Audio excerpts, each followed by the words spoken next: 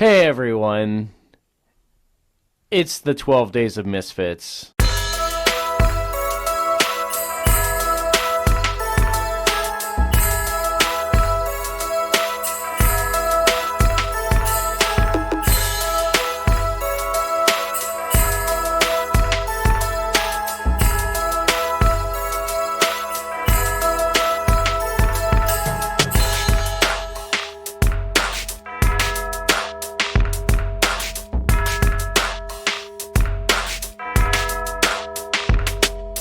All right, everybody, welcome back.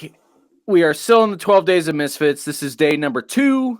Rico is still here. He's feeling okay. I wouldn't say confident, but he's feeling okay. He got yesterday's. We're 1 for 1. We're going to see how it goes. So, Rico, let's just jump right in. Give me a number between 1 and 12. Go with 3. 3. So, we're still in Jeremiah. This time we are going to Jeremiah 31. Okay. And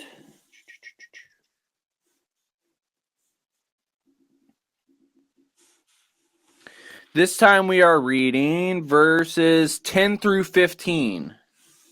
Okay. Now, this one I will give you a hint right off the bat, is that there is a direct reference to something that you would have read yesterday in your study. Okay. All right. I don't know if that's going to help you or not. So we'll go ahead and go. So we're in Jeremiah 31. We are in verses 10 through 15. Nations, hear the word of the Lord and tell it among the far-off coasts and islands.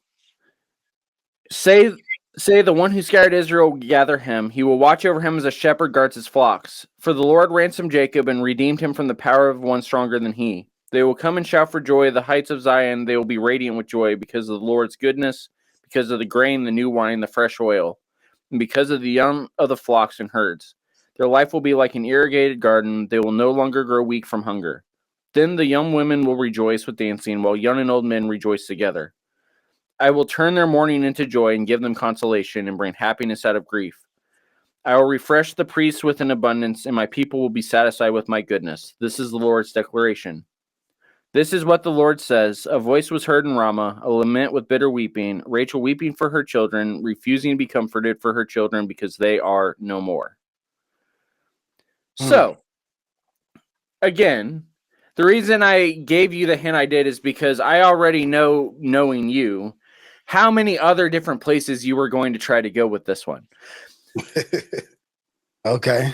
Oh, so let's see where do you see the Christmas story in all of this? All right, hold on.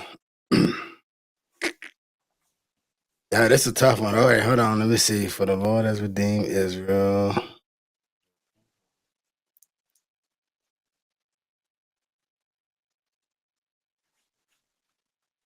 Oh, turn them on.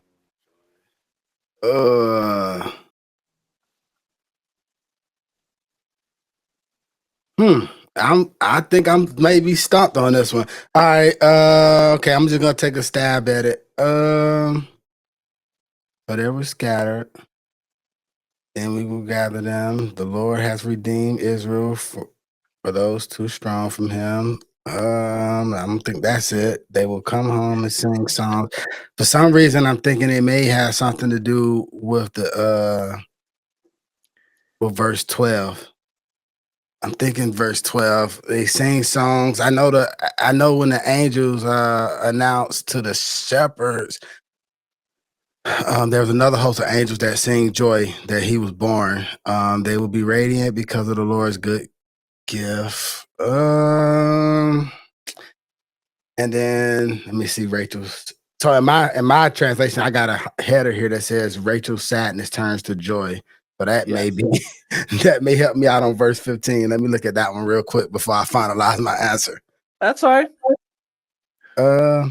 Reach for her children, refusing to be comforted for her children. Now, I don't know. I'm just gonna take a stab and say something about the singing for joy, and I'm gonna relate that to the angels singing. That's the best I got. Oh, my thing won't work. There it goes. I got it wrong. Now, I will give you half a point because where you went with that, I'm good to go with that one. Because the idea of the shepherds and the lowly going from being low to rejoicing in joy is part of the story, and they do sing and all that. So I'll give you half a point. Okay. But there's one more direct reference, and you actually mentioned it in yesterday's recording. Okay. Look at verse 15 again and connect it back to Herod.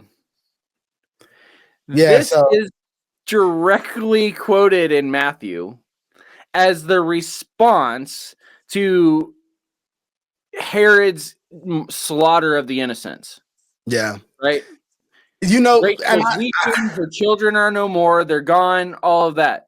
Now, to be fair, like I said, I think your answer was decent, so we're going to give you a half a point still, because that was a decent answer, and that did actually somewhat fit with what we're dealing with.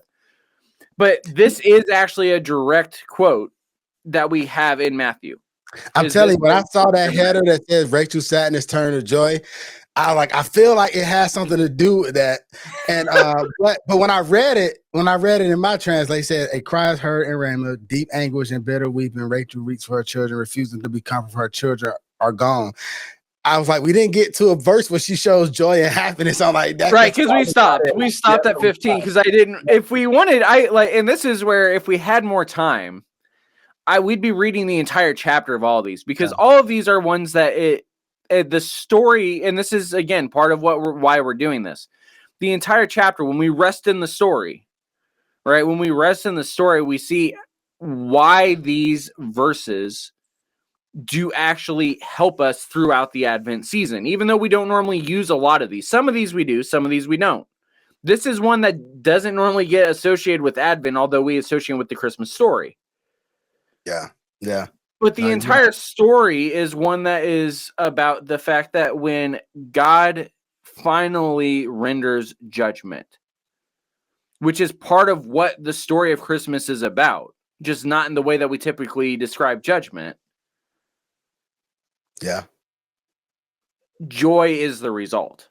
Even in the midst of tragedy, joy is still going to be the result if we remember who is at the center of all of it.